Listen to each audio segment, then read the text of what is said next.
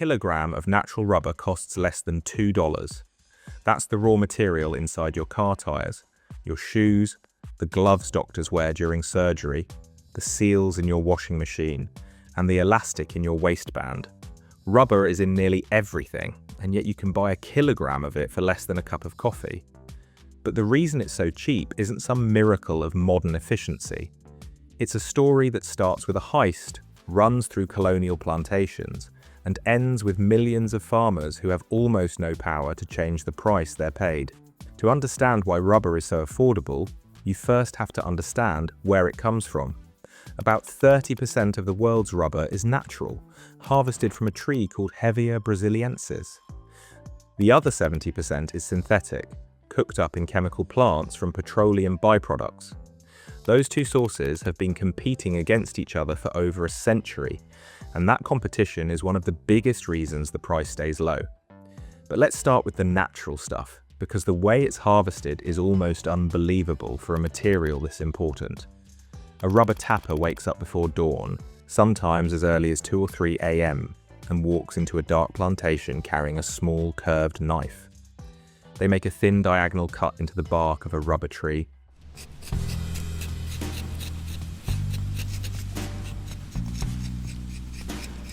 Careful not to go too deep. If they hit the inner layer called the cambium, the tree stops producing. Get it right, and a milky white liquid called latex slowly drips out of the wound and runs down into a small cup attached to the trunk. One tree, one tapping session, produces about 50 grams of solid rubber. That's roughly the weight of an egg.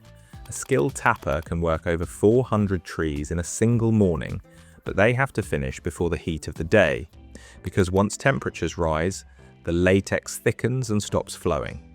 Here's the thing, rubber trees take 5 to 7 years just to grow large enough to tap. After that, they produce for about 20 to 25 years before they're cut down. So you're looking at a crop that requires years of patience before it earns a single dollar. And the people doing this work aren't employees at some massive corporate operation. In Thailand and Indonesia, which together produce more than half the world's natural rubber, roughly 90% of all rubber comes from smallholder farmers working plots of land smaller than 5 acres. These families often earn barely enough to cover their costs. When rubber prices drop, rubber prices, because a major price movement overnight has come in for this one. We've seen a decline of 4% overnight, and when you look at this year, it's down by 13%. And this is even as we're looking at a deficit in the global markets, which they do regularly. Some of these farmers simply stop tapping and try to find other work. So why don't they just charge more? This is where the economics get interesting, because natural rubber farmers are trapped in a system they can't control. The first lock on the price is synthetic rubber. During World War II, Japan occupied Southeast Asia and cut off the Allies' access to natural rubber plantations. Overnight, the United States and its partners had to figure out how to make rubber from scratch. They did. Synthetic rubber, made from petroleum byproducts like styrene and butadiene, now accounts for the majority of global rubber production. It's cheaper to manufacture in bulk, more consistent in quality, and it doesn't depend on weather, trees, or the skill of a human tapper. Every time a natural rubber farmer tries to raise prices, tire manufacturers and industrial buyers can just shift towards synthetic alternatives. This creates a ceiling that natural rubber can almost never break through. The second lock is oversupply. This goes back to one of the wildest heists in agricultural history. In 1876, a British adventurer named Henry Wickham collected about 70,000 rubber tree seeds from the Brazilian Amazon. He labeled them academic specimens to get them past customs, loaded them onto a steamship, and delivered them to Kew Gardens in London. Only about 2,700 of those seeds actually germinated, but that was enough. Those seedlings were shipped to British colonies across Southeast Asia, and within a few decades, massive rubber plantations in Malaya, Ceylon, and the Dutch East Indies were producing more rubber than Brazil ever had. By 1913, Britain's Asian plantations were outproducing the entire Amazon. Brazil's rubber economy collapsed, and to this day, Brazilians call Wickham a biopirate. The consequence of that theft is still playing out. Nearly every commercial rubber tree in Southeast Asia descends from Wickham's seeds. That means the genetic diversity of the global rubber supply is extremely narrow, which makes it vulnerable to disease. But it also means that rubber trees now grow across a massive stretch of the tropics. Thailand, Indonesia, Vietnam, Malaysia, India, and Ivory Coast all produce rubber in huge quantities. When any one country tries to reduce output to push prices up, another country fills the gap. There's always someone willing to sell for less. The third lock is the labor itself.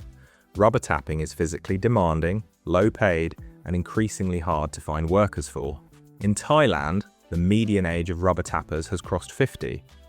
Young people are leaving rural plantations for factory jobs in cities. In Indonesia, palm oil estates offer higher wages for less grueling work, so tappers are jumping ship. Migrant workers from Myanmar, Cambodia, and Laos now make up a large portion of the tapping workforce in parts of Thailand. Investigations have documented cases of labor exploitation on rubber plantations across the region, including wages below the legal minimum, confiscated documents, and children working alongside adults. The International Labour Organization has flagged rubber production in multiple countries for child labour risks. This isn't a hidden cost, it's the cost the market has decided is acceptable, and that gets to the uncomfortable core of this whole thing. Rubber is cheap, partly because the people who produce it have almost no leverage. Smallholder farmers can't negotiate with global commodity markets. They can't switch to growing something else overnight because their trees took 7 years to mature. They can't compete with the petroleum industry's ability to churn out synthetic rubber at scale. And they can't organize across national borders to control supply because every time one country cuts production, another expands. Meanwhile, demand keeps growing. Tyres consume over half of all rubber produced worldwide, and as more cars hit the road in China, India, and Africa, that demand is only climbing. The global rubber market is projected to hit over $60 billion by the end of this decade. There's enormous money flowing through this industry.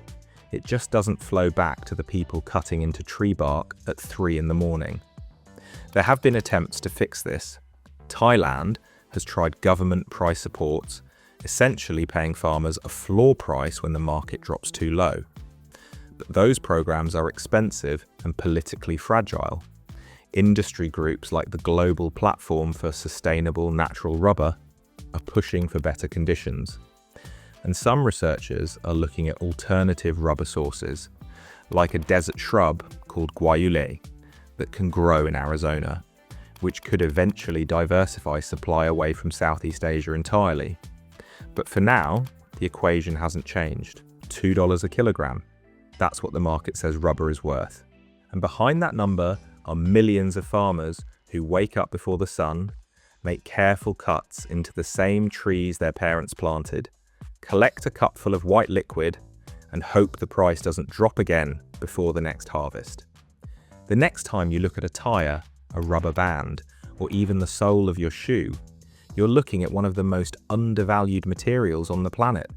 Not because it isn't useful, but because the system that produces it was designed from the very beginning to keep it cheap.